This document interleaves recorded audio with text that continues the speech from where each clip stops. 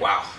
What's going on out there, YouTube? This is SDL020 representing JVS. I'm about to do something that I never thought I would actually do. I'm about to review this bad boy, which is Blade Runner. This is the original Blade Runner. This is not the theatrical version. It's not the international version. It's not the director's cut. This is the final cut. So I have no idea. I've never actually watched either one of those three.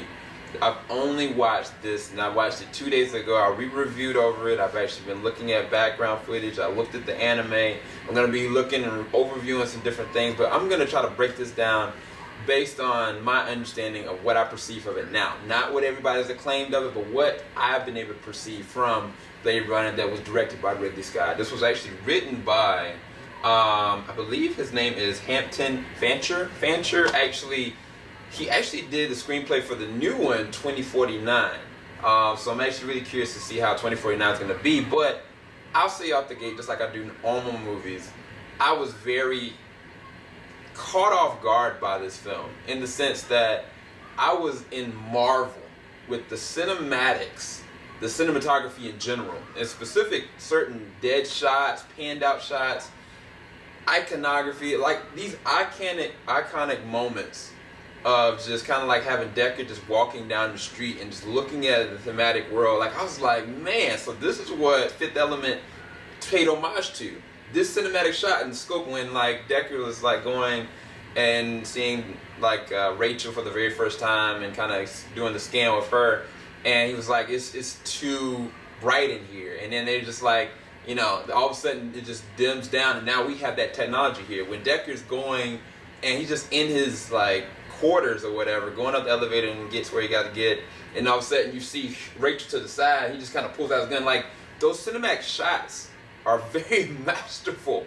Like, the cinematics are just amazing. Even one of my favorite scenes is when he was going and looking at this one picture, and I kind of knew that the angles of the picture, if you turn it to the left, to the right, like most people that use Photoshop nowadays are able to go and envelop and scan and zoom in to different stuff. Even heck, our phones, like if you take a picture and then I scan in and pull my phone, I can be able to see certain things that are hidden there.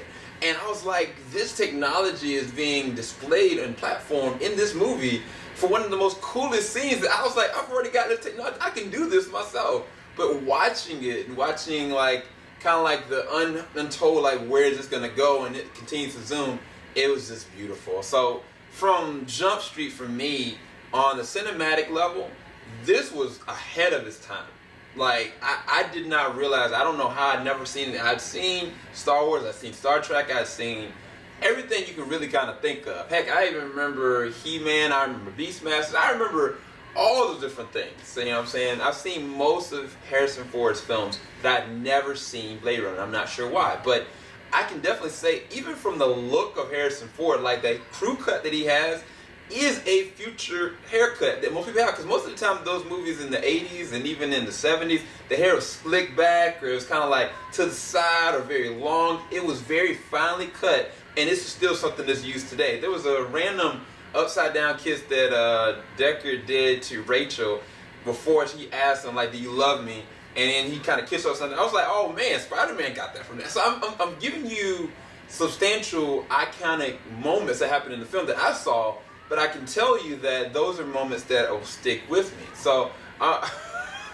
for the visual Emergence standpoint, even, you know, the soundtrack had this very dark theme to it, but very future-esque. So like when there were the moments where like the character Roy was probing this guy that was, you know, analyzing the eyes and stuff like that, Asian guy, and like the music just dead drops, and then it just goes into a pan of kind of like him just putting like eyeballs over his arms, stuff like that. I was like, this movie visually is ahead of its time, and I was caught off guard by everything from the flying sequences, everything from the scope of it, like what they had to do in the budget for this film. I have no idea. I'd love to actually thoroughly research that, but they had to have put so much emphasis behind the cinematography, from the art aesthetic, and just everything from the immersion of it. I heard that this got 2 nominations for Oscars. It had to have been on the visual effects, or maybe even more than that, but I can go and check real quick.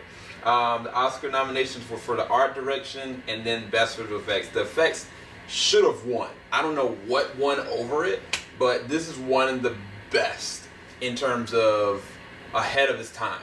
So let's go on to acting. So with Harrison Ford in this movie, one thing I'll say about Harrison Ford in this movie, Deckard, this is unlike any role that I've kind of seen him in, which is really strange to say. But normally he's just like the go-getter, like he's the cheeky, funny, you know, like overly heroic or whatever. But in this one, he kind of was just like this cop that like he looks approachable and cool, but what his job entitles him to do, like he'll kill on site. And I haven't even gone into the whole prospect of the Tyrell Company creating with Next 6, what these replicants really embody, what it actually really means on an internal level. Because this movie is not about the action or like, you know, like the scope of like, man, this is gonna happen. If you really went into this movie for the first time looking at it and thinking, okay, well, I want to see this a masterpiece of just action and this and grit, like you might be disappointed because it's not about that. It's a philosophical perspective of how it goes. And I think that with Deckard Shaw or no, not Deckard Shaw, but Rick Deckard, Harrison Ford does this really good job of playing this vulnerable character. What I mean by that is physically, I felt his vulnerability at all times. Like when he was fighting against Paris and she had her legs wrapped, I was like, he's about to die. Like anytime there was a replicant in the shot, I legit felt fear for him, and he respected that fear. I think that part of the reason why I like the movie I, Robot is because of the same exact thing. Like in I, Robot, there was never a moment I didn't think that these robots could kill, they would not kill Will Smith. Like even though he was a star, I felt like the real vulnerability, and I think that this movie embodied that in every different way because you can tell that he felt confliction from like probing all these different replicants in some nature. Like you could tell the reason why he drank, like the moment when he went outside, you know, put the sheet around himself and kind of looked out like he's like assessing what he's really doing. When Rachel was kind of like talking to him and asking him like, look, I'm real, like he's like, no, these are memories that were put on you, and he apologized for that out of empathy. So you can tell he's a real like vulnerable, emotional and physical character, because by the end fight I was like, dang, he getting whooped. You know, and I think that that's what makes the character Roy so much more complicated, because Roy ultimately, he was going to trying to find his discovery and his meaning. Like it was like he wanted to survive, but what he wanted to convey was even more deeper, which I'll go into the story about that later. But the guy, I always see him in just the craziest stuff, but I'm talking about Rutger Harrier, who played Roy Batty. The dude was just genetically bred to be not only a genius, I think that they said that the makers are what they're comparable to from an intellectual level, but the advancements of them, agility-wise and prospect-wise, is off the charts. But Roy had gone, he even said towards the end, he's like, there's things I've seen that you never could imagine. I've gone to STAT and I've gone through this. And even the replicant, what's her name? Pris, how they kind of like angled old boy, I think his name is Sebastian, and how she kind of positioned herself, like the girl that, I think her name is Darrell Hannah, she did a great job. Like she committed to that. Like she was legit in times very scary, beautiful, but very deadly and scary all at the same exact time. I think that she did some really good jobs with the scenes that they gave her in this one. But I think that even Sean Young that plays Rachel, she was just stunning. Like I don't know what it was, but her look set the tone of the memorability of this. Like even the moment when, you know, she's talking to him and walking down the aisle, or the moment when she's kind of playing on the piano and lets her hair out, trying to rediscover who she is. Like there's so many different internal things. But this is one moment with Harrison Ford and her that he kind of just like, to me, that was kind of sexual assault, because he kind of forced himself on her.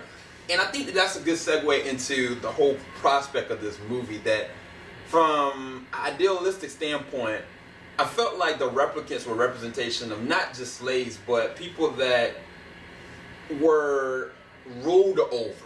You know what I'm trying to say? Like Rachel, when they had that interaction or whatever, I was kind of like, does he feel like he has the authority of doing this to her and telling her what she's supposed to do? Like she's some kind of android robot? The reality is she is not. They are not built with, you know, technological advances of enhancement. They were genetically made copies of different things, but materialized into something else that only lasted for 4 years. But then later on, there were some other ones, which I'll talk about later in the anime review that I did, that I'm going to do later, that had a whole lifespan. live, because that was one of the things that Roy wanted. He wanted to be able to live past the 4 years. And the guy that played the main geneticist, I think his name is Dr. Tyrell, because it was his corporation, he was like, there's nothing we can do. Like, you would either have a virus, other people be affected by it. There was nothing we can do to bred you that way. But I think he was trying to do something specific with Rachel, because when she was going through these questions by Harrison Ford's character, it was like it took her hundreds of times before she really reacted. One of the things, those eye element moments, kind of like a cat, when you look at him in the headlights, you kind of know, you know. I think it's just from a philosophy standpoint, is that Roy wanted to show Deckard like what it means to really feel enslaved, what it really means to feel hunted, because he could have easily killed him, but I felt like he wanted him to learn something with the amount of time that he had for his lifespan, because he could have just let him drop. He's like, okay, now you get to realize there is no oblivion, or something to those nature. He could have done that, but instead he wanted him to sit there and live to watch him die, to show like, okay, I hunted you. There's nothing you could have done. I was far superior than you. I had ownership of you, but I'm allowing you to be able to live. How does it really feel?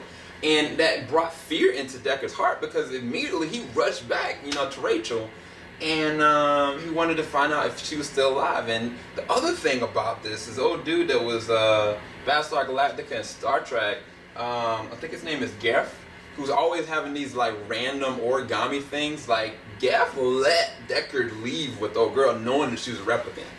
So I don't know where that's going to go as far as 2049, and I'm not sure the profound nature of that. Maybe he always kind of was like leaning towards like either one, Deckard, you know, got this soft spot that she's going to cave in, or like there was a moment in the shot where Rachel asked him like, have you ever done this test yourself? And I could have sworn, I looked at Deckard's eyes, I was like, this corner just shift just like hers. I literally thought that. And I might be completely wrong, but I felt for a legit moment that Deckard could be a replicant. And I was like, is that why he let old boy live? Like, the reason why Roy let him live because he was him? You know, I just didn't. I don't know.